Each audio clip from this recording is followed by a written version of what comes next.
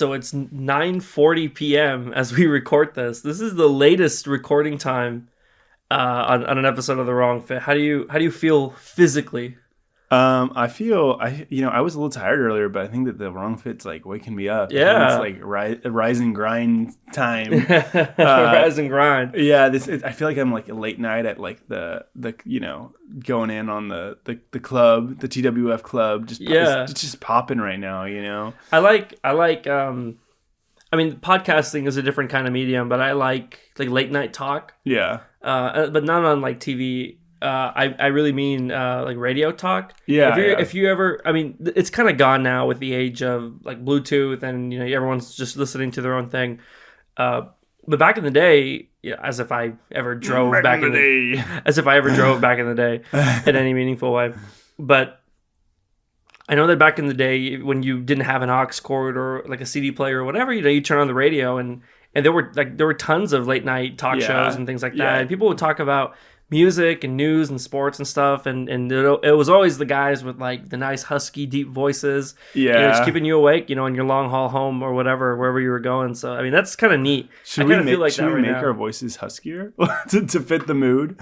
Should we go in like harder on the huskies? I'm preparing. I'm getting ready. You're listening to The Wrong Fit. You're listening to Carside Talk Show here on KTWF. Oh yeah, 99.7 FM. Omaha, Nebraska. my thing was like, it was more like, which like you said, like we weren't like back in the day we weren't driving around. Like, it wasn't like us, like 10-year-old Marco and Eli just like in our dad's cars, like taking a joyride, listening to NPR. It's a wonderful visual. Yeah, but like, it is like, can't you just imagine like roaming like the American countryside, like in a, I don't know, in like a 70s Challenger, like some cool car, and you just got the radio with like the dials and like the screen with a little orange light. They still radio's still a thing. I know that. No, but it still exists. But it's not. It like you had to be there. You had to be there. I just feel like you had to be there. Yeah, I remember. Which I think is probably more realistic to our personal experiences as 10-year-olds, maybe when this was like more of a thing. Sure. Was like being in the back of the car when my parents were driving. Yeah. And I remember like listening to whatever they were listening to, and it wasn't always the aux cord or CD or whatever. I mean, even a lot of times it was radio. Yeah, it was radio. I have a very, very, very, very positive memories of my family traveling to, I think, Disney in 2007. We were going to Disney in California, and we had rented a car. That's a good one. We had rented a car, and they had the premium radio stations. Like, I don't know how serious. Like, are you serious? Like a serious type thing. I mean, the satellite radio. Yeah. And you know what the satellite radio had? They had Radio Disney. Perfect. And it made perfect sense. And I was a kid, I just wanted to listen to some, Disney pop songs, like Hannah Montana and Annie Montana, and Corbin Bleu and all those other guys. Oh yeah, yeah. Like, man, that's a throwback. Classic. I mean, if you're our age, like you'll know him, Jump In and all those other movies. Like they all had High School Musical. Yeah, they all had these songs and everything. So I just wanted to listen to that. And I remember going from Houston to Austin or vice versa, and listening to Delilah. I don't know. Delilah. You talked about Delilah. Yeah, before. she was. Yeah, I hate that. Your first love, I think. My first. Yeah. My first radio love. I don't even know what she looks like. I just literally just know her voice. She's probably like a. Let's just say she's a beautiful woman. Let's just go with that. I remember her show would come on. And it would be like. Her the tag thing was like Delilah. And what was Delilah, talk or like music talk or what? She would take it was music talk. She would take phone she would take calls, and I think it was a lot of times it was like requests, but sometimes people would talk about their situations, and she'd before the request was there was a preamble to the request about this is what my love life's like, this is what I'm going through, or I love that for stuff. This person. I love that stuff. And she's it's so personal too. I know, and she's got the voice of this soothing, very womanly voice. Yeah. And she would just just calm me down, and you could just keep on driving. She gave you the energy to keep on driving home. I think it's beautiful to me, and I want to provide that. I want to be that voice. Well, I was about to say that if you're listening to the show right now, maybe pause it and use this episode on your next late night drive to, wherever you're going. Anaheim, I guess. Helena, Montana, Anaheim. Yeah, whatever you want. This is Marco and Eli on KTWF, Omaha, Nebraska, 99.7 FM. Oh, yeah. The works. If you're our age and don't have memory of or any association with that kind of radio thing, I'm sorry. I'm sorry. Well, also, like that's also like me. But yeah. But they're on Spotify. On Spotify and on YouTube, there are these recordings of American Top 40 radio shows with Casey Kasem, who is like the iconic voice of radio. That's such like a radio name. Yeah. He was. If you don't know Casey Kasem, he was a super well-known radio broadcaster from the 70s, 80s, even through the 90s. And he hosted American Top 40, which basically he just went through every single song on the Billboard Hot 100, but just the top 40. And it's so great because in between each song, he would lace information about the song, the artist. I love that. But he was so knowledgeable about music, you could tell that it was coming out very, very naturally. And something else for people our age, especially, I feel that they might know Casey Kasem. He was the voice of Shaggy in a lot of the Scooby-Doo cartoons from the 70s, 80s, and 90s. And if you watch Cartoon Network, even in the mid to late 2000s, they showed a lot of classic Scooby-Doo. That's Casey Kasem's voice as Shaggy. Classic. So he's got a very, very iconic voice. And if you want to recreate that kind of vibe, if you go talk to your parents, ask them about Casey Kasem, American Top 40. My dad, he'll tell me stories about how they carried American Top 40 in Mexico, in Monterrey, Mexico. And he would always have it on when he was washing his car every morning, afternoon, whatever. Now that legitimately sounds like epitomizing America at that time. Yeah. I mean, I'm not even familiar with this, this person, but that sounds very America, in the 80s, 90s, 70s, whatever. It's great. There was kind of, this is something that I think is kind of a broader discussion. I think we talked about it a little bit with the streaming episode that we did a while ago. Mm-hmm. There's a togetherness in our media that is a little bit lacking right now because everybody is so disparate, right? Yeah. Everyone has their own streaming platforms. Everyone has their own interests. Everyone listens to their own. Jeremy Renner, you've got your own social media company. Jeremy Renner, isn't he the guy from Avengers? Yeah, dude, he's got his own social media platform. It's I forget what it's called, but it's the Renner. It's like Twitter, or it's it's basically Twitter if it's just Jeremy Renner. Jeremy Renner is the only one that can post.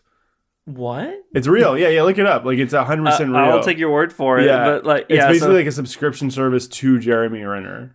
It's insane. Why doesn't he just have an OnlyFans or something, but just for his social media content? I don't know. What's up with that? That's a good question. You should have asked Jeremy Renner before he created this nonsense. But yeah, it's 100% real. Jeremy Renner official app. Wikipedia was an application created by American actor Jeremy Renner. He created the app in 2017 to hear the input and comments of his fans. The app was shut down in September of 2019 in part due to the frequent bullying trolling that the platform had experienced. The app featured optional microtransactions whose numbers could reach roughly $400 despite the app itself being free.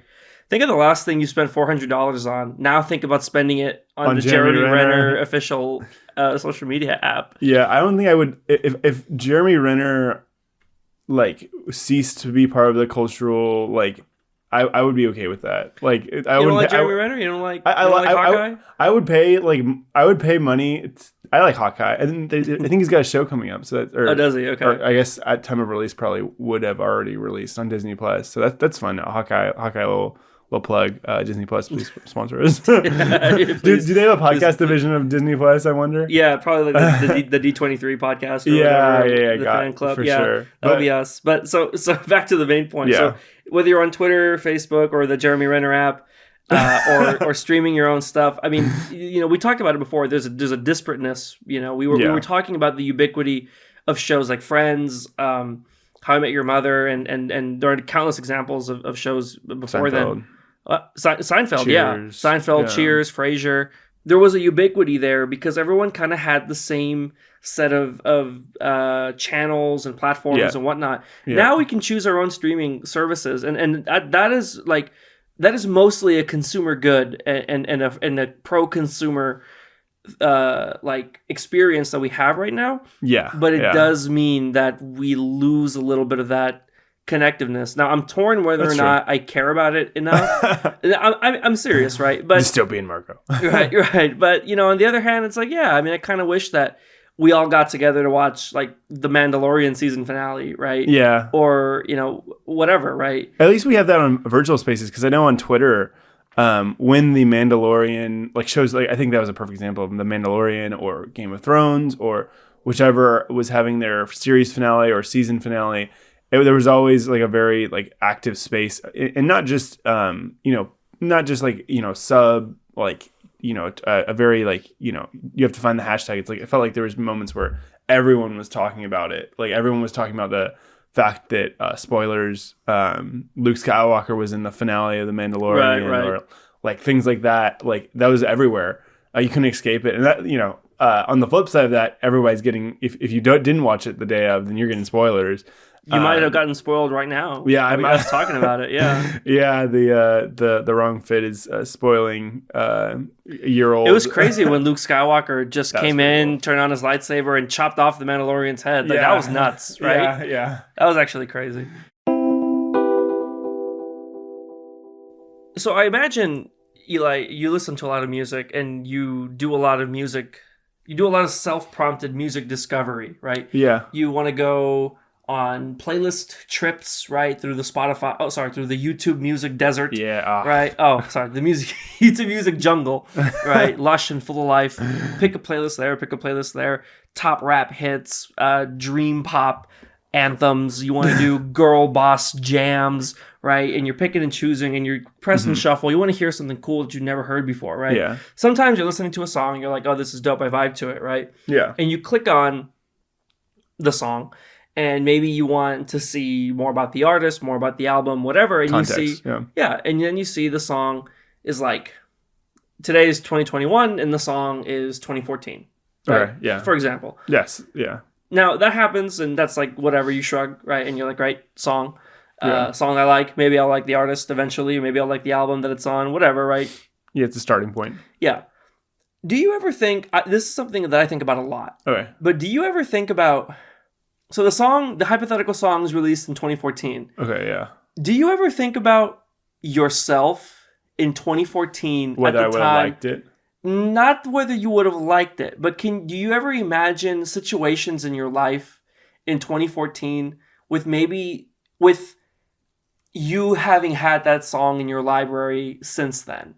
Okay, I have a very specific example. Okay, I actually have a lot of examples, but I'll go with just one, and maybe we can talk about some more. Go down and go down dirty. So, so I was listening to a song radio, and if you're not familiar with what that is, on Spotify you have the option of, if there's a song you really like, you can right click and say take me to song radio, and Spotify will do its best to try to approximate artists similar and vibe. Songs, right, that are similar vibe, similar. What other people that listen to that song listen to. That's a pretty good way to kind of cheat the algorithm and give you something that you might like. Yeah. So I was listening to a song radio from some song, I don't even remember. And I happened upon this song that was really, really good. Okay. The song is called Roads by Portishead.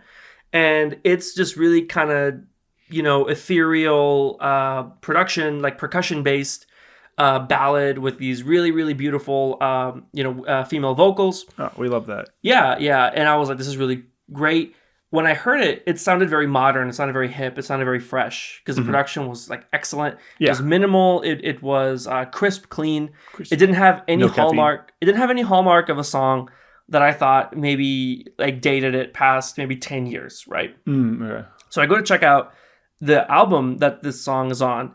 And if you're a Portishead fan, Portishead's like pretty big in like the Pitchfork kind of, artsy music circles. This song was released in 1994. Wow. So this song is older than I am. Okay. Yeah. And I discovered this song like earlier this year. And it's funny, I cannot help myself from thinking about just this song playing at literally any moment of my life. Me taking my first steps. Maybe my dad has Roads by Portishead on in the background. I'm not saying that like this is possible, right? Like as far as I know, like in a lot of my friend groups, I'm the only person that even knows who like the band Portishead, right? Yeah. I cannot stop myself from thinking about specific moments in my life where like the song was already out, and I could have listened to Roads by Portishead at literally any point in my life. Yeah. I think about the time. Like your like first album is like that. No, I mean, it could have been.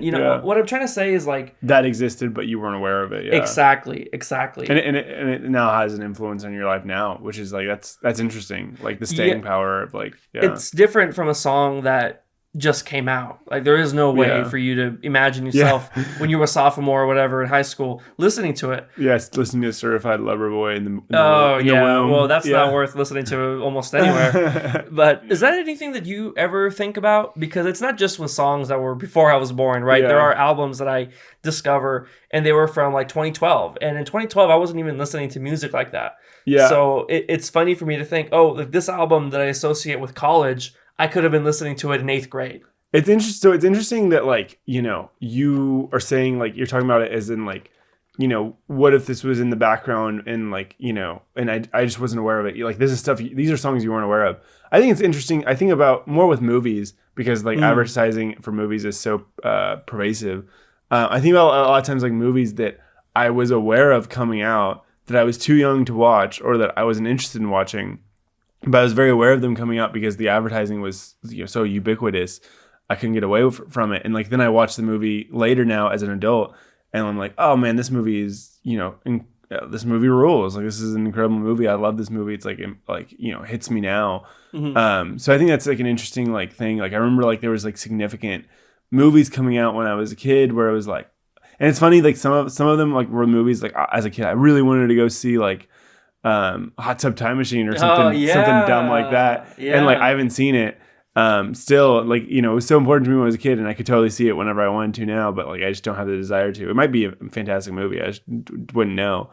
But yeah, probably not. Probably not. Yeah. If the movie's called Hot Tub Time Machine. I think they made a second one. I think my dad saw it. I think he liked it, but I don't remember. I don't want to tarnish his good name. Maybe he hates it. I don't know. Or what if your dad was like, I hated Hot Tub Time Machine. He's like screaming at the podcast player right now. No. Music especially, even more than movies, I think. Well, movies too, but like they're very of the time. Like they're very like of... And it's interesting that you're saying like, this music kind of seemed like it was a little bit out of time. Like it was a little bit of, before its time. Which is, obviously a thing, but like, I think a lot of times like art, especially like movies and TV and music are very of the time and like trends are like being set and like you can track those trends a lot in the music. So yeah, I think it's interesting to see like, yeah, that makes sense. Like I definitely don't think about it in like that sense of like, what if that was like, but it is interesting. It's like this song was always there though. Like it's like I wasn't aware of it. That is exactly what it is. It was always there. Again, like Rhodes was there my entire life. Like I could have been in 5th grade. Again, it is just this thing. And when I say I could have been, it's not like, oh, this song might have been like my teacher might have been playing this song in the background. It's not like that. It's more like I imagine situations in my life. Like, okay, here's a memory from 4th grade. Mm-hmm. A memory I have from 4th grade is being in a classroom waiting for the bus to arrive to go on some field trip that we were going to go on. We were probably going to go to San Antonio or something, right? And I had a CD player when I was in 4th grade. Yeah, so this was like 2007 or 6 or something, right? And it's funny because MP3 players were already ubiquitous, and I had a CD player. I didn't have an MP3 player until I was like in 5th grade. So I had a CD player. And I remember listening to music on my CD player and playing on my DS, waiting for the bus to come. Because it's a field trip, right? No one's really doing work.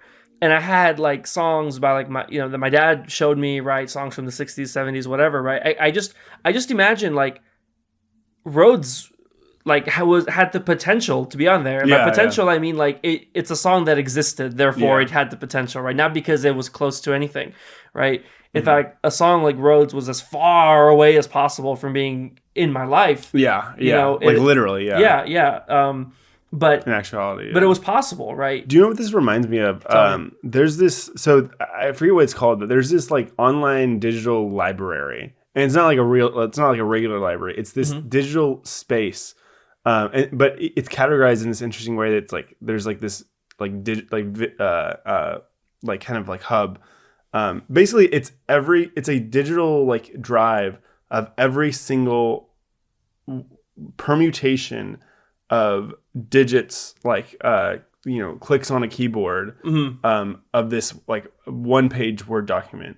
And I think it's so interesting is literally every single page of every single book that could ever possibly be written with the characters on your computer, has already been written. Like any book that has been written or will ever be written is in this library with that has like trillions. Yeah, and trillions. I've heard about this. I forget what it's called, but like I'll find a link and I'll definitely, because I've definitely heard about this on Reddit. There are a few, now that I remember, and I won't say anything because I think it spoils the fun of this conversation, but there are a few technical limits to that. But basically the theory of what you're saying is true, that like everything that has been written will be written, and every variation of that is in this little tool library thing. You can find it, and probably it's gonna be you're gonna have it's like a 1 in a billion that anything is like remotely readable from this. Because there's so many nonsense. I've scrolled through it and it's just like random letters. It's just like pi.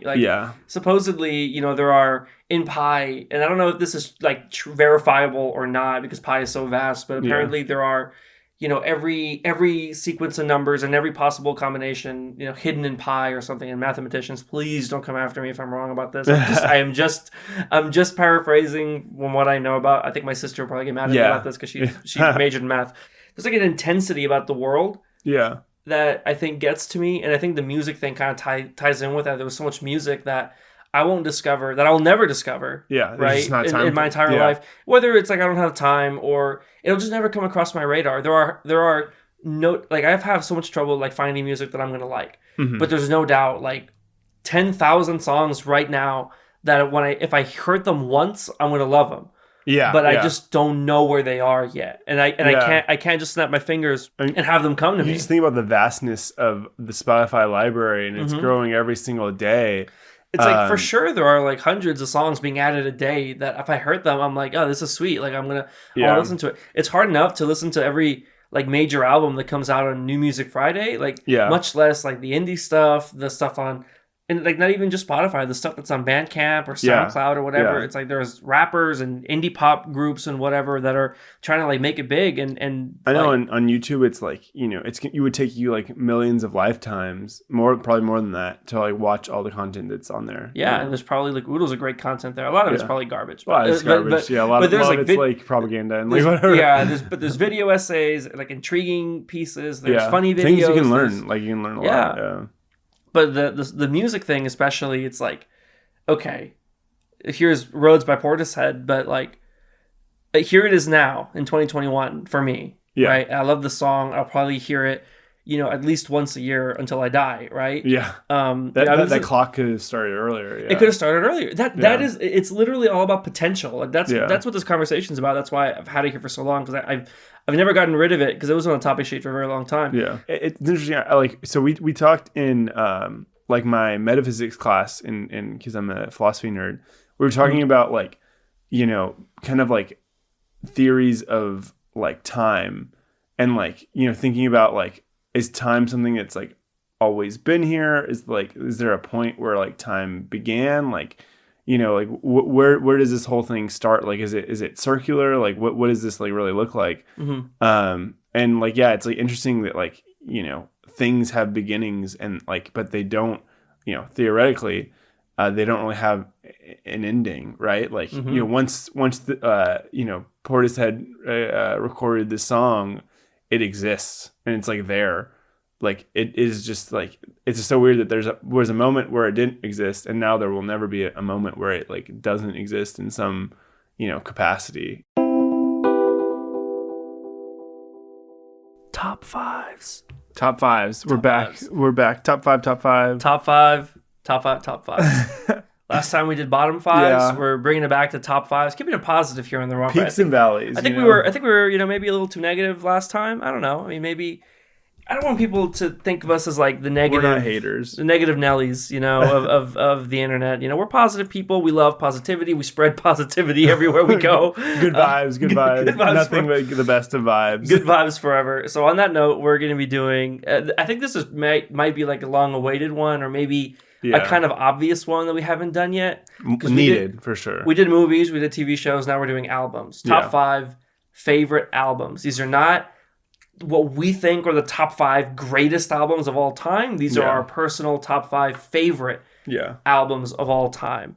I'm really excited to hear what Eli has to say about his, because I feel like I don't know. I feel like I know.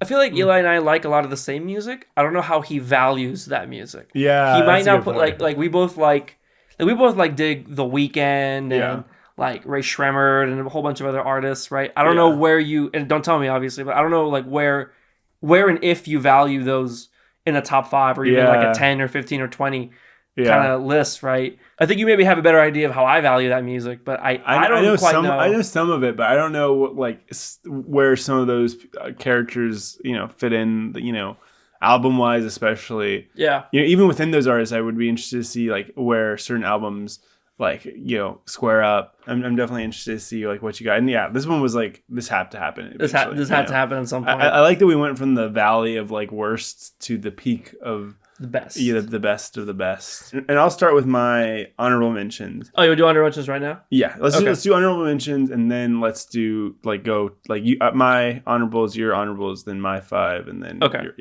Okay. So my honorable mentions, and I'll just list them off shotgun. We don't have enough time to go through each of them in depth. Which I could talk about all these, fairly for follow up.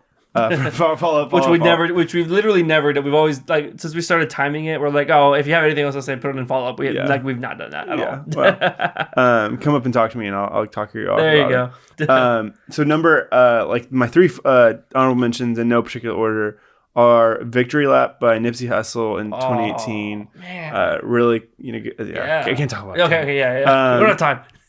This one really was the one I felt bad for not putting on the list. To Pimp a Butterfly, Kendrick Lamar, 2015. Sweet. And then Igor, Tyler, the Creator, 2019. All right, my honorable mentions. I'm gonna go Shrem Life 3, Shathreem, Ray Shremmerd. That's an honorable mention. Classic. Yeah, Majid Jordan, The Space Between. That's a 2017 record. I haven't heard that one. That's the follow up. I think I've heard songs from that you showed me before. But and this is kind of a wild card, but I will not be elaborating because we don't have time.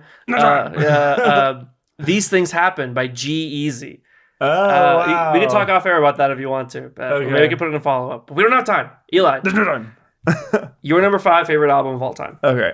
This is my kind of black sheep pick. Sweet. Of it. And I'm just, this is just where it ranked. I was, it would be nicer to put it like sprinkle it in a little bit. But my number 5 top album of all time is the Spider-Man Into the Spider-Verse soundtrack by multiple artists from 2018. Yeah. That was, dude, that movie was such a moment. Movie. Yeah, it's a great movie. For visual art, for, obviously we're going to talk about audio, for like the movie itself, like so phenomenal, just like breaking, just on a lot of different like ways, just like super like a statement in these different fields. But man, the soundtrack, like everybody knows, like you couldn't get away from the song Sunflower. No, you couldn't. It was just like, it was just everywhere. That's like Post Malone's biggest hit, and Sway Lee's too. Yeah, and it's a class, and it's like for good reason. I remember like I was listening to that like 2018. I was like humming the little whatever, and I was like, "You'll be left in the dust." yeah, it was so good. Yeah. But tell me about the other songs on this record. I feel like I don't know a lot of them. Okay, so the one that was like really prominently, a lot of these were like not featured in the movie, but like it's like getting the vibes right, whatever. But the one I really liked, the one that was featured in the movie that I really liked, and I don't know the artists at all, was "What's Up Danger." And like if you've seen that movie, like that moment in the movie was like so.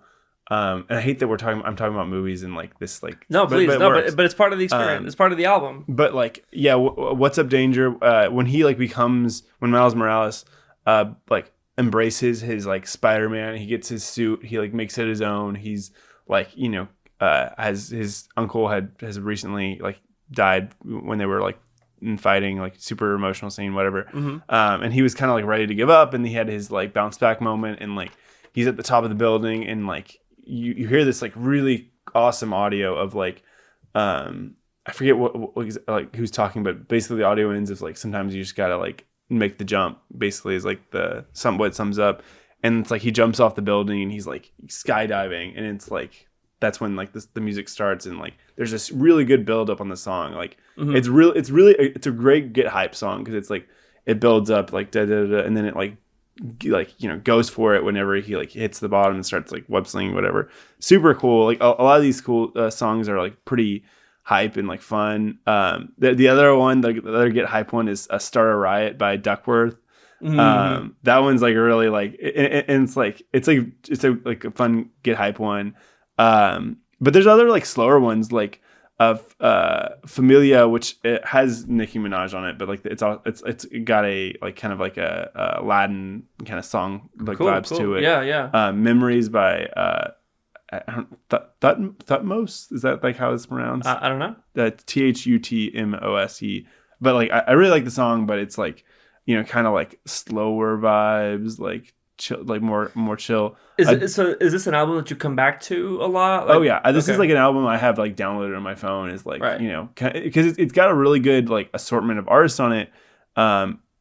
Vince Staples is on it. Cool. He's great. Denzel Curry. All right. And so what's your 5? What rounds out your top 5? Yeah. So mine's another Black Sheep. And by Black Sheep, I mean I just feel like you never heard of it, man. Yeah, this is definitely underground. This is literally Pitchfork tier because this is an album that I discovered because I read a Pitchfork review on it. This is an album that doesn't get more Pitchfork than that. Was one of the top 50 albums of 2015 that Pitchfork did. This was back in like 2016 when I was a freshman, when I wanted to listen to a lot of new music. So I made like a playlist folder with all of these playlists with albums that they had ranked. And so this was their 50th best album of 2015. Oh yeah, 50th, right? And it's ironic that it's making the last one on. Well, it is, yeah, but number 5 is still really good. Obviously, yeah. So this was the first album of this on this like listicle that they had, and I think like I didn't really continue following up on it because listening to 40 albums is really difficult. A lot, yeah. Yeah. So anyway, this is Natalie Prass, her self-titled record. Now that's probably gonna like fly over a lot of people's heads, and that's fine, right? I mean, we're here to talk. We're here to talk about music, and I'm not gonna be that guy. Yeah. But Natalie Prass is a singer-songwriter. She is noted for having her vocals have what is known as like a songbird quality, so very delicate, very gentle, very feminine, very very very feminine. And her self-titled debut, Natalie Prass, was released in January 2015. So there's another record where I thought about. Where was I in that time? Maybe I could have been listening to this album instead of like late 2016 when I discovered it. Yeah. And her genre of music, it's broadly like an indie pop kind of thing, but it's not like synthy or lush with lots of instrumentation or anything. It's very, very subdued. The subgenre is called chamber pop, baroque pop. What? So it's kind of like it mixes elements of like classical, and it's got lots of strings. Strings are really, like there are other albums where I'm like, oh, the drums, oh, the guitars, or the synths. Marco loves talking about his drums. I love my drums, but this album is all about the strings, and that's something that you very, very rarely hear come out of my mouth. The strings are what makes this album. Those strings go hard. It's very, very subdued. The whole album is about love and heartbreak and relationships and everything. This is an album that is great from front to back. It's only 9 tracks, 30 minutes long, super sweet, 39 minutes long, super sweet, short length. I highly, highly recommend it because it's just such a visceral, emotional experience. And it's not like a brutal album or inaccessible or anything. It's just, she just takes you on a journey, through love and heartbreak, and, regret in a relationship, but also discovering something new and wonderful and happy.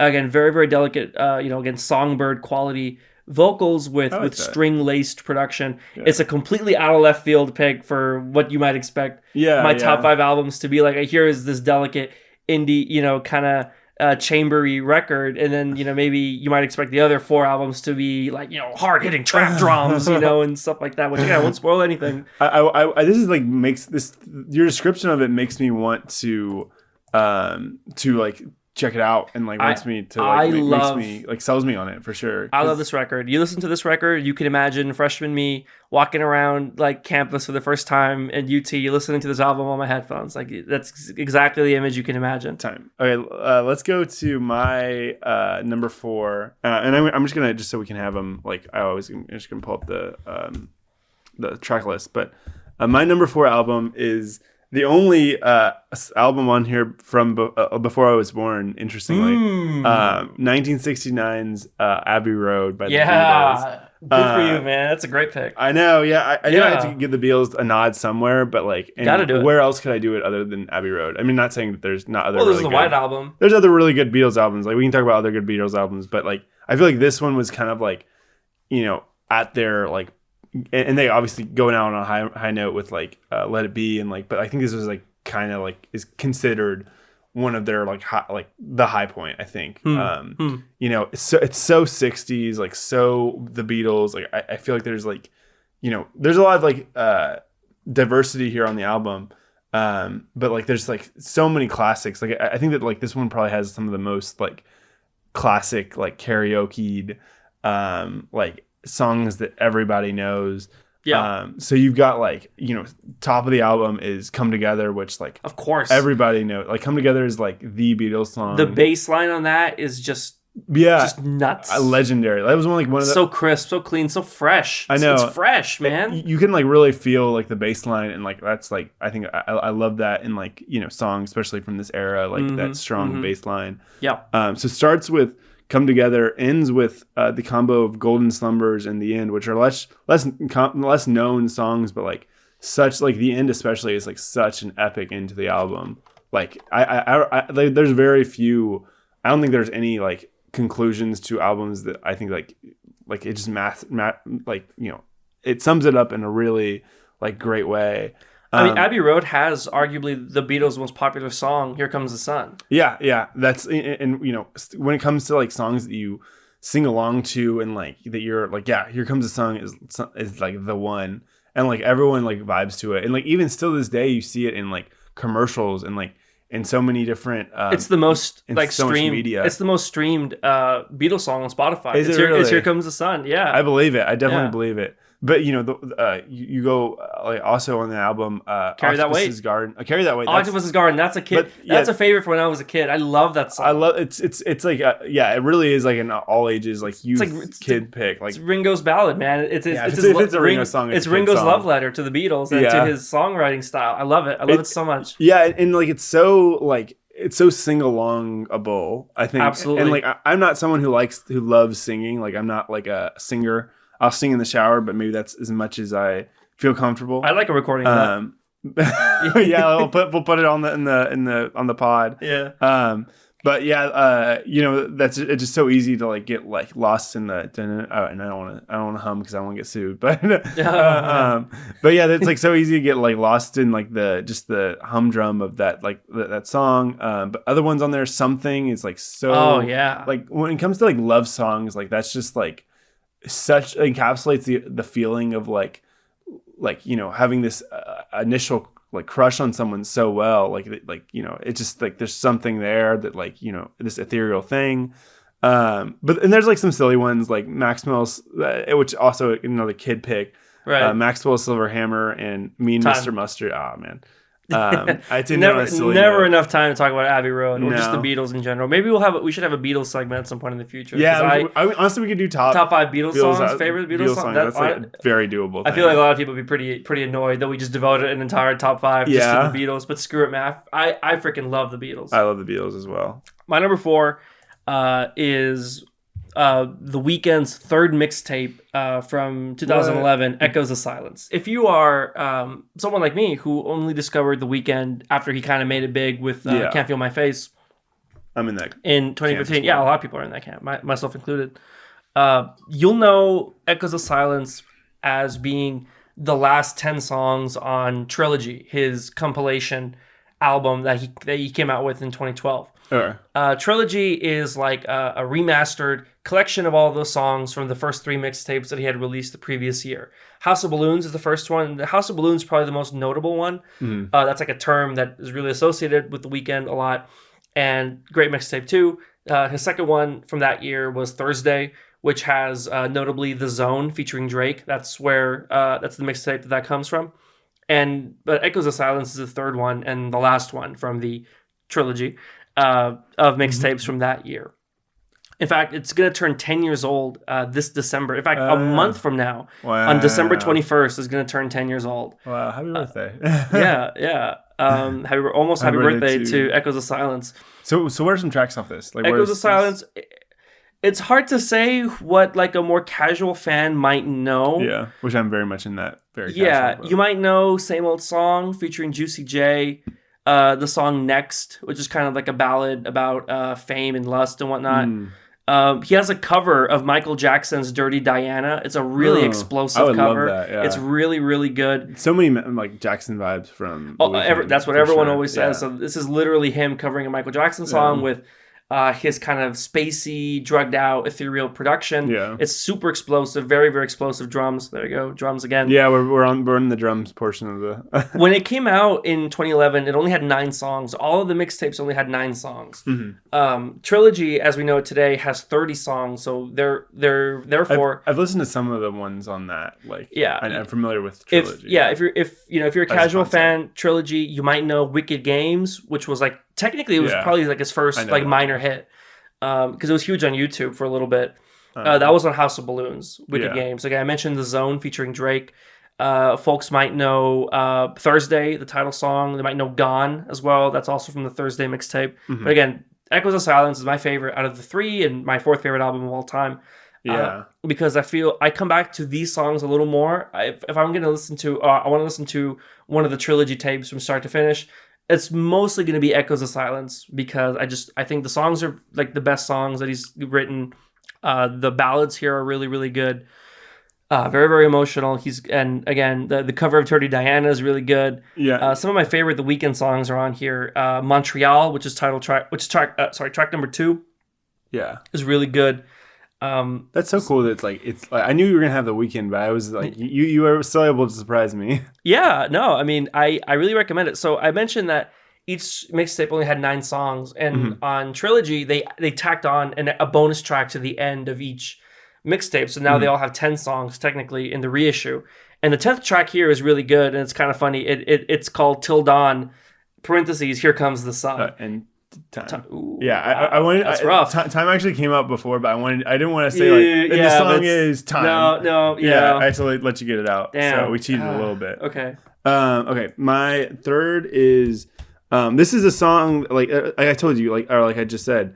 All these like the rest of everything is like stuff that came out during my lifetime. And this one is one that like. Kind of in the Portishead vein of the conversation. It's not one that I listened to when it came out.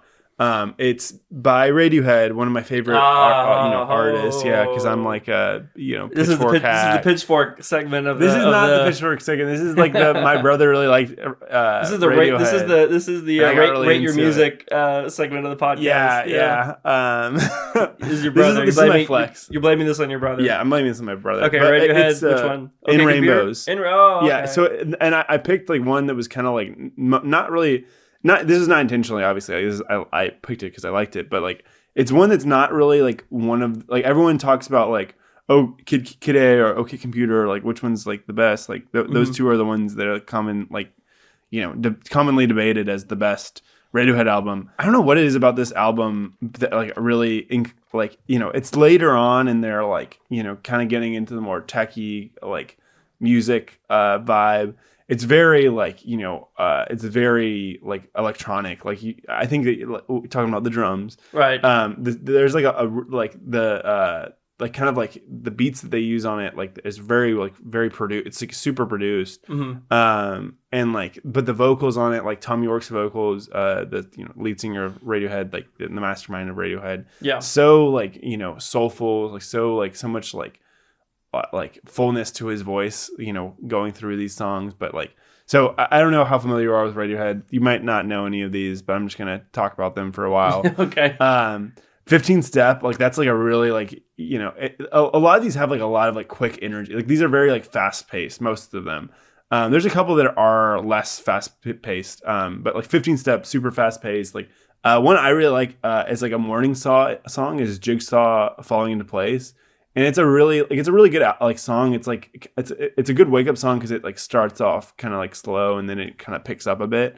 But like it does really feel like it encapsulates like these not even emotional feelings, but just like feelings of like everything's falling into place. Or like 15 Step is very much like, you know, just kind of moving around on the dance floor. Not even like any like it's just dance music really. Yeah. Or like just moving music. Two of my favorite like slower songs are Reckoner and Videotape. The Videotape is the end song of the record. It's not a super long record. Only 10 songs.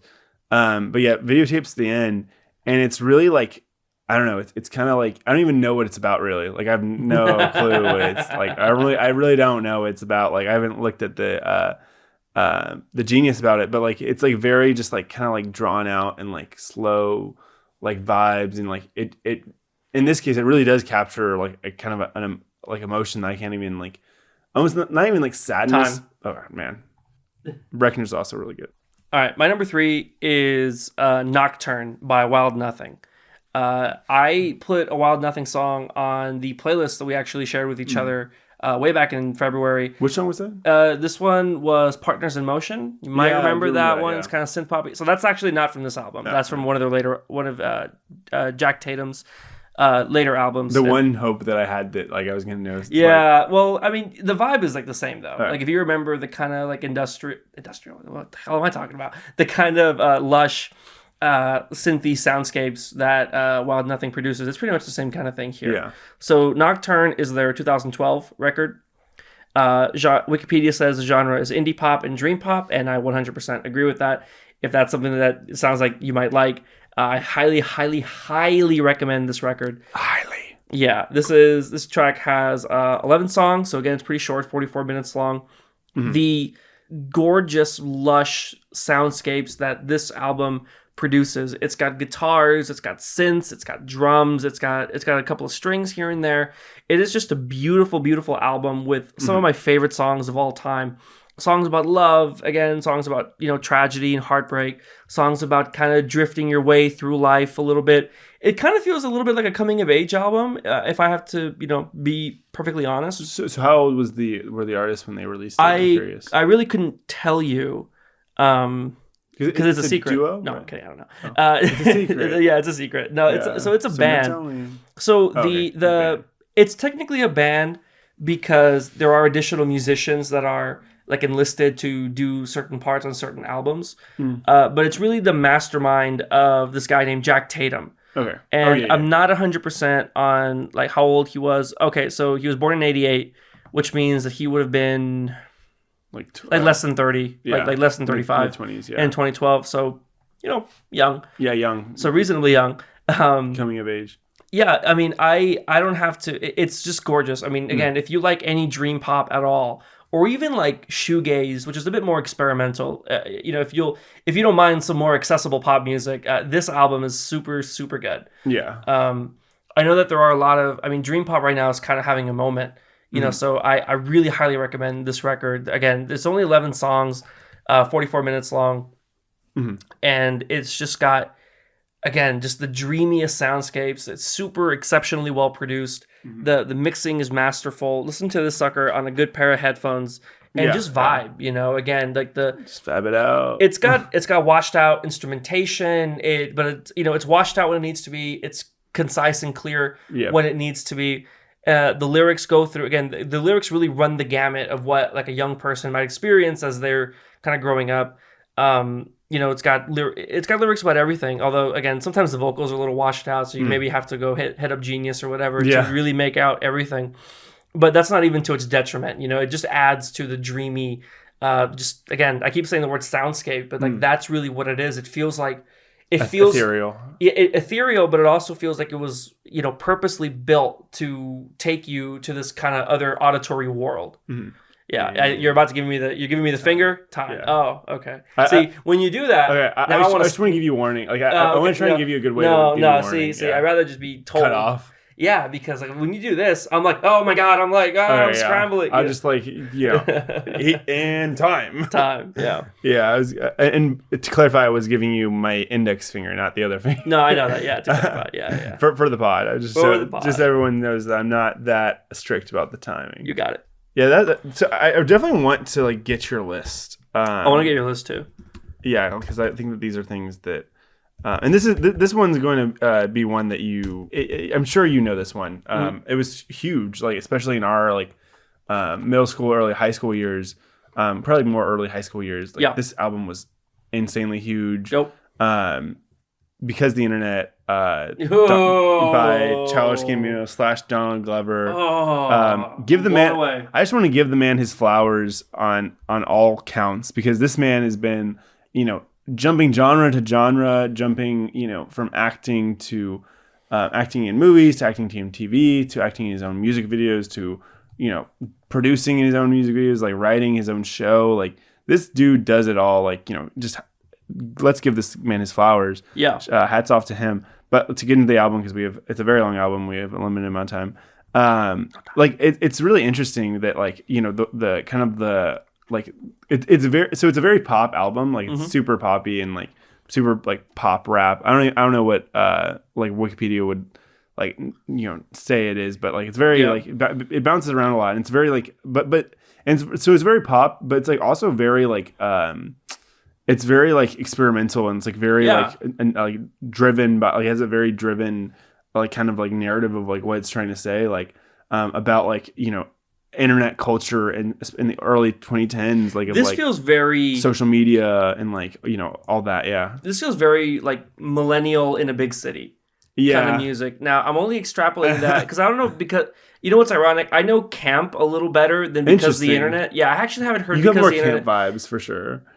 Me? I think so, yeah. I give off camp vibes. Yeah, I don't know. Oh, that's painful. Oh, man. There's like that whole monologue at the end. Oh, yeah, camp. talking about brutal. Women. Yeah, no, not that part. But the instrumentation, I think the camp instrumentation, like, it's a little bit more I don't love camp. Like, okay. I want to be clear. I don't love camp. I just know it a little better. Although I like a lot of the songs from camp. Actually, and maybe I'm wrong. Like, I like a lot of the songs because of the internet. What I'm trying to say is that like both of those albums kind of feel, Childish Gambino, his early work, it kind of feels a lot like millennial living in a big city and like understanding life through the lens that he sees, right? And it's going to be laced by internet culture, pop TV culture, hip hop culture too, and his background and everything. It's going to be kind of laced through that.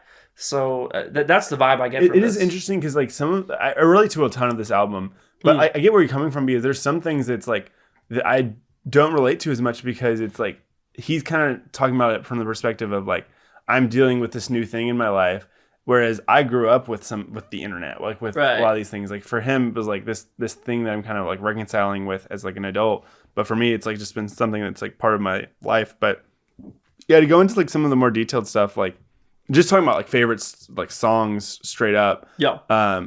Pink Toes is like a really like good fun song. Crawl is like a really good intense like kind of song.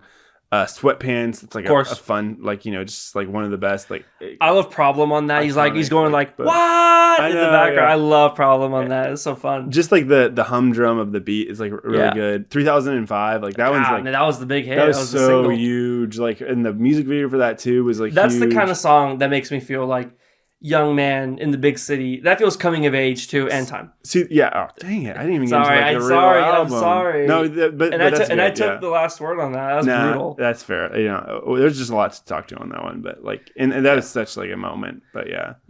Okay, and we're down to your number 2, right? Silver Medal. Yeah, Silver Medal. Dun, dun, dun, dun. My Silver Medal goes to a band that I talk about a lot. This is Yours Conditionally by Tennis. Yeah. This is their 2017 record.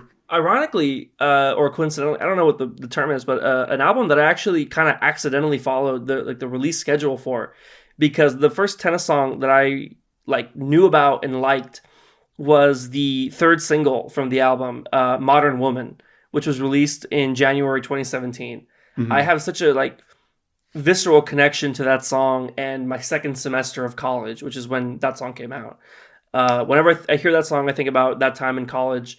And then the album came out, and I think I definitely didn't listen to it when it came out. I probably happened upon it like the next semester, in fall, where I was like, hey, like, that Tennis band that I really that I like that one song from, like, what are they doing? I kind of feel like I might like more of their music, and lo and behold, this album had come out.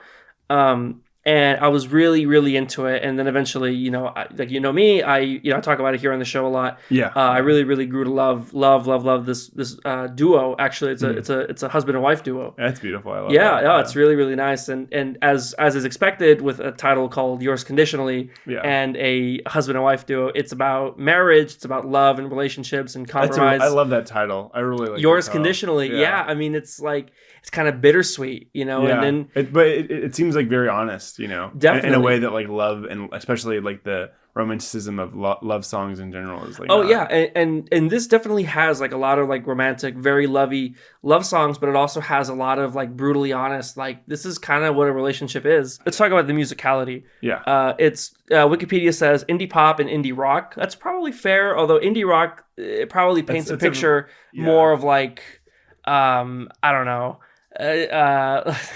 indie rock, like I don't know, like the Strokes.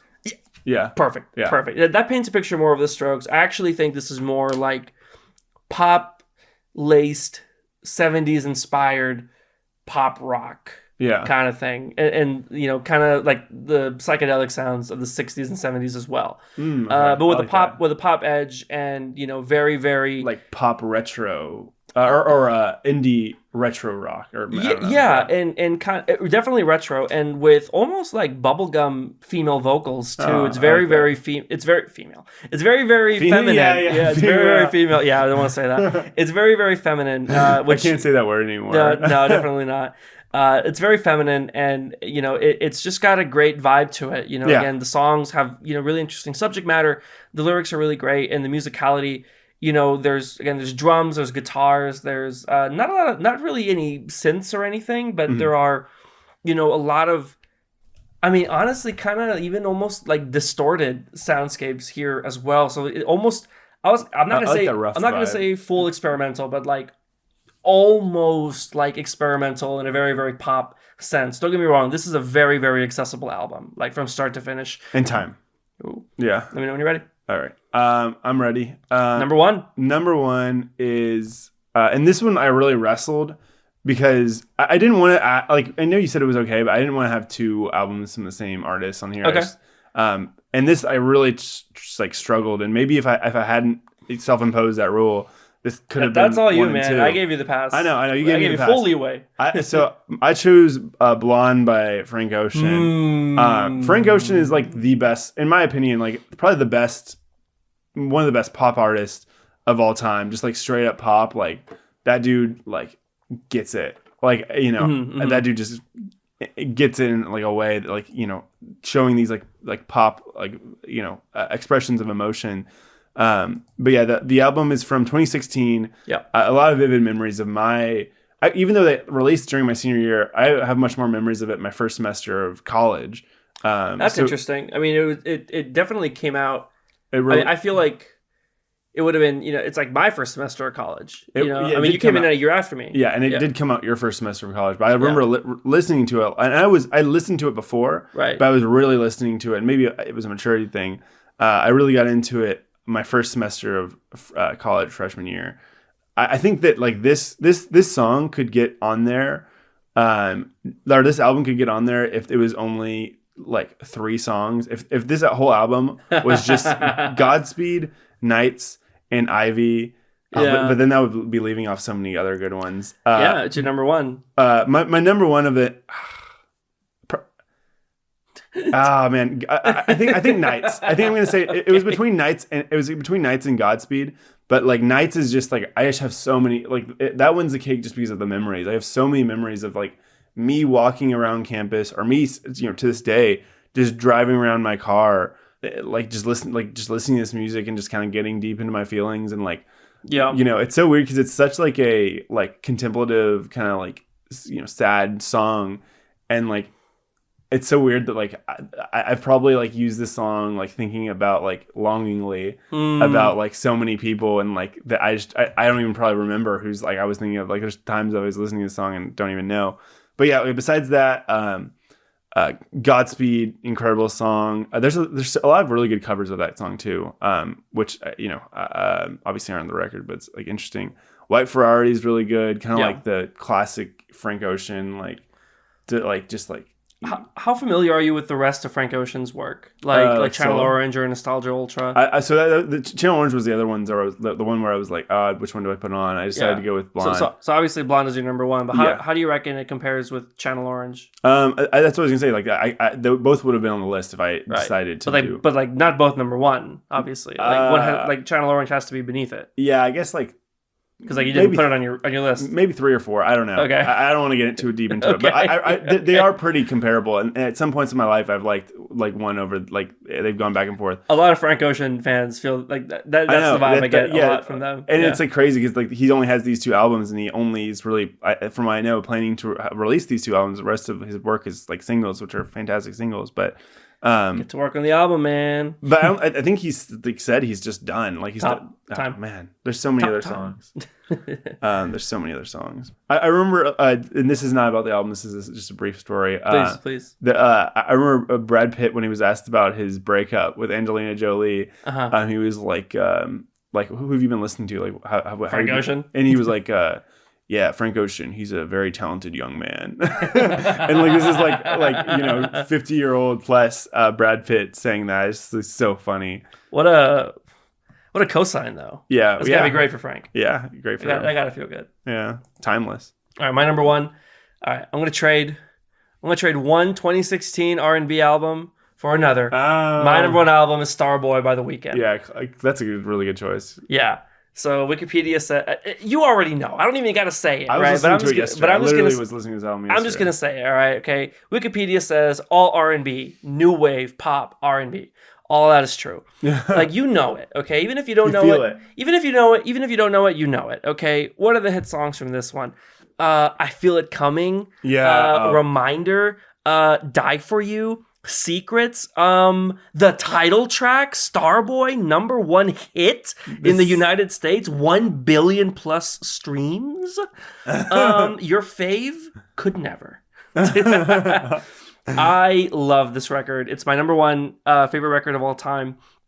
It's you talked about, extensively throughout this list, we've talked about albums touching like respective moments in our lives, and I feel like, again, just to take it back to freshman year, my very first semester in college, already like a huge The Weeknd fan. Being in my first semester of college, and then like shortly after, my first day of school, The Weeknd saying, "Hey, like new music's coming," right? I remember when you were already on the Weeknd train. I was already on the Weeknd train, and when he said Starboy coming tonight. This was back in like September 2016.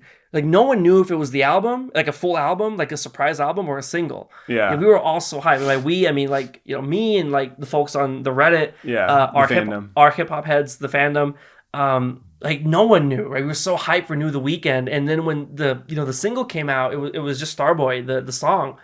I mean, it was nuts. It was just like unlike anything we had ever heard from The Weeknd before. It was super crazy successful. Then he went the next week, immediately 1 week after, he released False Alarm, which is one of the most polarizing songs in The Weeknd's discography. I love it, though. It's like pop, punk, like punk rock. It's like almost really fast, It's fast. It's like crazy high energy. The music video, like they're like robbing a bank. It's like really cool. It's really fun. And like no one knew what this album was going to be like. Dude, when the album came out, Black Friday 2016, I remember it so clearly. That too, I remember staying up after eating Thanksgiving dinner and like just waiting for this album to come out and like listening to it all the night before I go to bed. Dude, that album, I listened to it like 800 times, like the songs individually. What? Like that December. No not 800 each, but like how I talked to you about Last FM and like I scrabbled. Yeah. Dude, 800 scrabbles of Starboy the album. Not full, but like each individual songs. Yeah. All total combined, 800. Like, it was like, there were days where all I listened to was just Starboy the album on repeat. I have not, like, even with like After Hours, like I have not been able to replicate that kind of enthusiasm for any album since then. Yeah. Even After Hours. I really like that album. That's like my favorite Weeknd album. Yeah. Too. It's got you have to talk about Daft Punk with that. The Daft Punk influence on Starboy, and even like Daft Punk influence, like from there, like I feel like whatever like studio session he had with Daft Punk like stayed with him forever because okay. But For Follow Up. Yeah, for Follow Up. But Sidewalks with Kendrick Lamar, I'm also Sidewalks with Kendrick Lamar. That's like its own. Yeah. I really want to listen to your list, but before like that, I'm interested of your list. Sure.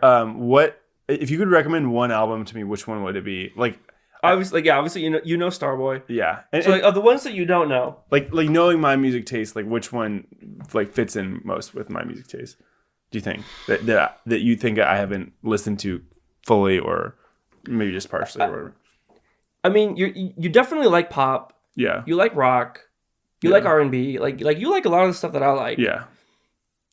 In terms of like what I think you would like the most, I feel like you'd like Yours Conditionally by Tennis. I feel like you'd like it because you've expressed like positive reviews to like the Tennis stuff that I've shown you before. In terms of what I think is like maybe the best album experience that I think that I still think you would like, definitely Nocturne by Wild Nothing. Because that's such a great and like cohesive album experience. See, that's interesting because I think the one that was most intriguing to me, the Natalie Pratt self-titled, that was really intriguing to me. I just feel like there's a chance that you might not like that one. Oh, okay. It's not because it's inaccessible. It's definitely slam dunk. Yeah, it's definitely very accessible and a great experience, and definitely something a little different. I just feel like what am I gonna think is gonna be the most likely to be slam dunk? It's gonna be either Nocturne or Yours Conditionally. Although I definitely, of course, I recommend the Natalie Pratt self-titled. Great album. Yeah. Okay. Yeah. And with yours, like I was thinking, like this might be less of a slam dunk, but I really do think that you should give In Rainbows by Radiohead. So I did give In Rainbows a chance a long time ago, and not really for you. It wasn't for me. I felt bad because I wanted to like Radiohead. I wanted to see what it was all about. So I asked a buddy of mine who listens to Radiohead a lot. I asked him, like, knowing what I like, which Radiohead album should I start with? And he said In Rainbows. Yeah, that really I would agree with that. Now it doesn't mean that I won't give it another shot at some point, and maybe I will give it another shot. And honestly, like I actually like I liked a lot of the grooves on it. The vocals, I think, would be like you. The vocal, I don't like. Yeah, I don't like Tom York's vocals. See, that was that. I just remember I don't like his vocals, and I know that it's polarizing. What I did like was hearing the influence from this album. Now I don't listen to a lot. I don't listen to a lot of rock. Oh, okay. I don't listen to a lot of rock, but I do listen to a lot of like indie rock adjacent pop, which I guess is kind of like the best way to say it. It's like indie pop with like occasional rock elements. Yeah. All of them take from Radiohead. Absolutely. Like they all take from Radiohead. And I was listening to riffs. Trendsetter for sure. I was listening to riffs and melodies on In Rainbows that I was like, oh, this is like on Saint Motel's record or like, I don't know, like any other given, pop rock band. Johnny Greenwood, the guitar, I'm pretty sure that's the name of the guitarist. He's like very like amazing in his own right, like even apart from Tommy York, like and apart from Radiohead, like like it's very very influential.